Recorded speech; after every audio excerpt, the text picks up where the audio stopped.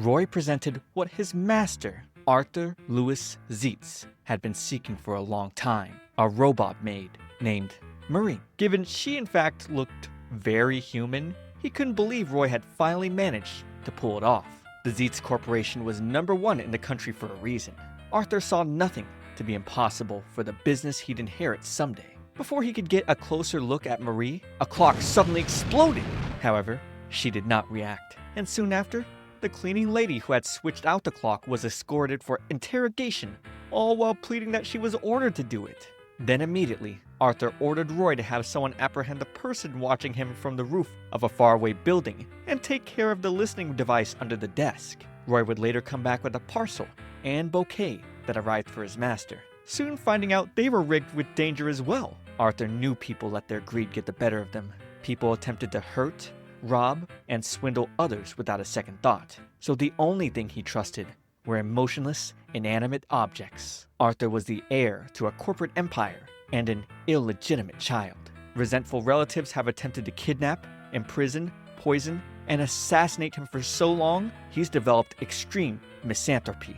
And the thing he hated most was people who lie. When someone lied to him, he'd use every means at his disposal to end their lives socially. Even with all the chaos happening on her first day here, the robot maid Marie was actually a champion martial arts prodigy who never let it show on her face what strenuous feats she performed or excruciating blows she took. She was known as Marie the Robot Evans. She didn't know what to do, having taken this side job because they promised to take on her parents' debt for her. But no one said anything about this. She thought this was bad, because no matter how robotic she seemed, Arthur was bound to catch on to her. But staring at her close, he gushed over her roboticness, as if she were straight out of a light novel. When she turned to say she'd start cleaning, he thought she even sounded like a real girl. He grabbed her hands, asking if he could just call her Marie directly, and she couldn't believe this was really the same guy from a minute ago.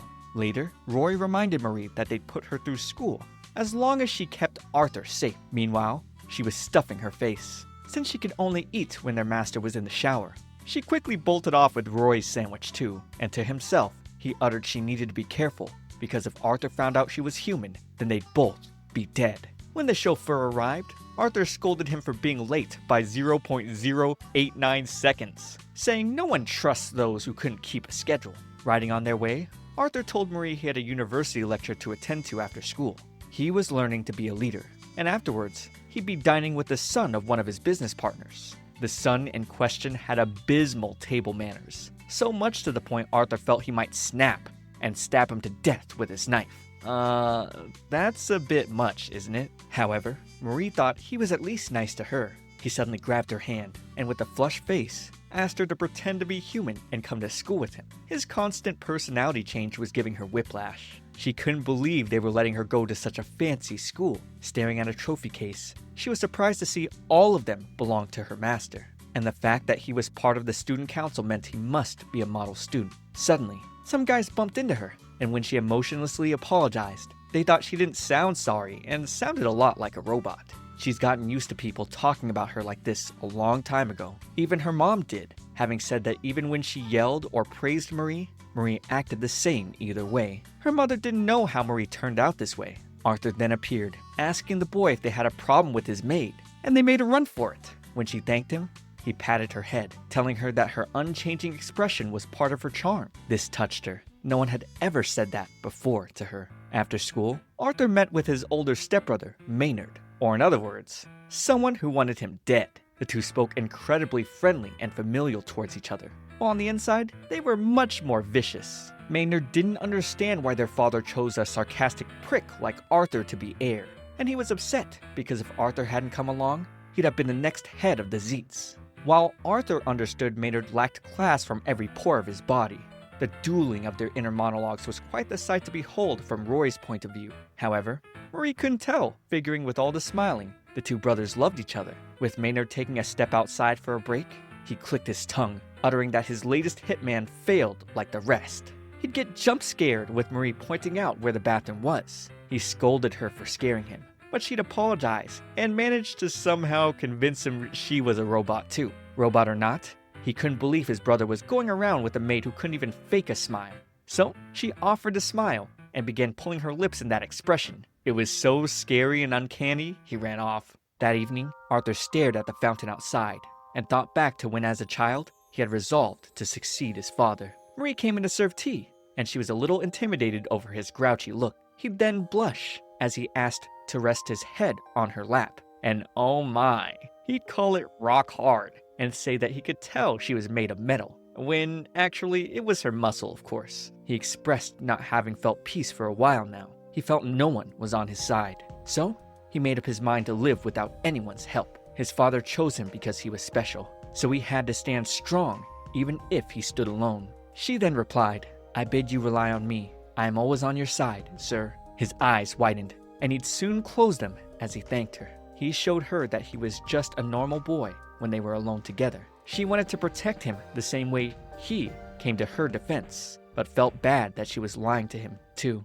The next day, when Arthur was getting picked up for school, Roy noticed the chauffeur was a little early this time. After they drove off, his actual vehicle would come by. Oh no, the first car was a decoy. Roy tried telling Marie to call the police, but she was already gone, sprinting off after the getaway car that Arthur was kidnapped in. Maynard was pretty cocky as he uttered that Arthur's surly robot maid disrespecting him was the last straw. Maynard planned to kill Arthur today, but Arthur had heard that saying 168 times already. The car would shake, and Arthur opened his eyes to see Marie on the windshield. The vehicle managed to fling her off, but she'd soon make haste in the abandoned building where Arthur was tied up. He was not happy with the idea that Marie might be hurt. While Maynard flaunted about this being Arthur's last moments, a recording played containing clear voice evidence of Maynard saying this would be the day Arthur would die. Arthur had a spy gadget on him that had been recording every detail since the kidnapping began, and it was already saved to the cloud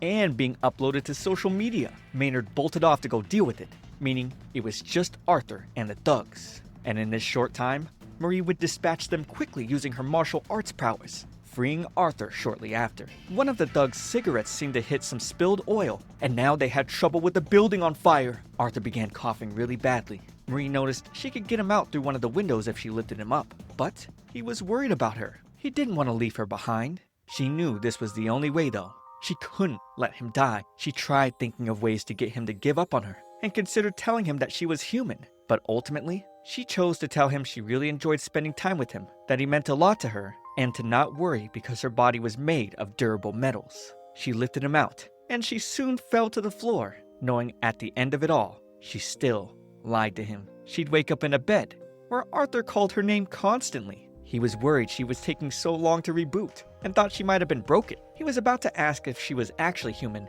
and Roy got so worried. But then Arthur said never mind, and assumed the human-like smile he saw on her face was due to his brain being starved for oxygen. He knew falling in love with a machine was worse than pointless, but it wouldn't matter if she was human anyway, since he could never love another human. Alright, a good end to this first episode. Well, kinda. While I think the premise is interesting and the story is fun, it's getting a lot of flack on Twitter because there is AI usage, particularly in the scenes involving the still-framed defined art. Like when she kicks one of the kidnappers, she has two hands and a lot of weirdly shaped imagery in the crowd and her two left feet where they show Marie kicking her opponent in the martial arts ring. I'll be honest, I'm not a fan of AI art for personal reasons. Not really the same ones that are the common talking points for dissent of it, and I'm not gonna shun or put anyone down for liking it or tell you what to think. I think you should evaluate and come to your own conclusions about these things. But I think if seasonal anime were to get the AI treatment, the shoujo genre would be prime, considering it mostly gets bottom of the barrel treatment due to lack of wide audience interest. I think a fine example of this was the most recent season of With Vengeance that I covered just this last season, and I think the art was pretty abysmal. Overall, would love to hear your guys' thoughts. I'll still cover it to capture the narrative, as long as I have financial incentive. Hey, life's a sandwich because no matter how you flip it, the bread comes first. But if it doesn't do so well or I'm bored of it, then I won't. Subscribe for more content and remember to hype the video. Also, watch this next video. It's me, Comfy T. I'll see you all in the next one.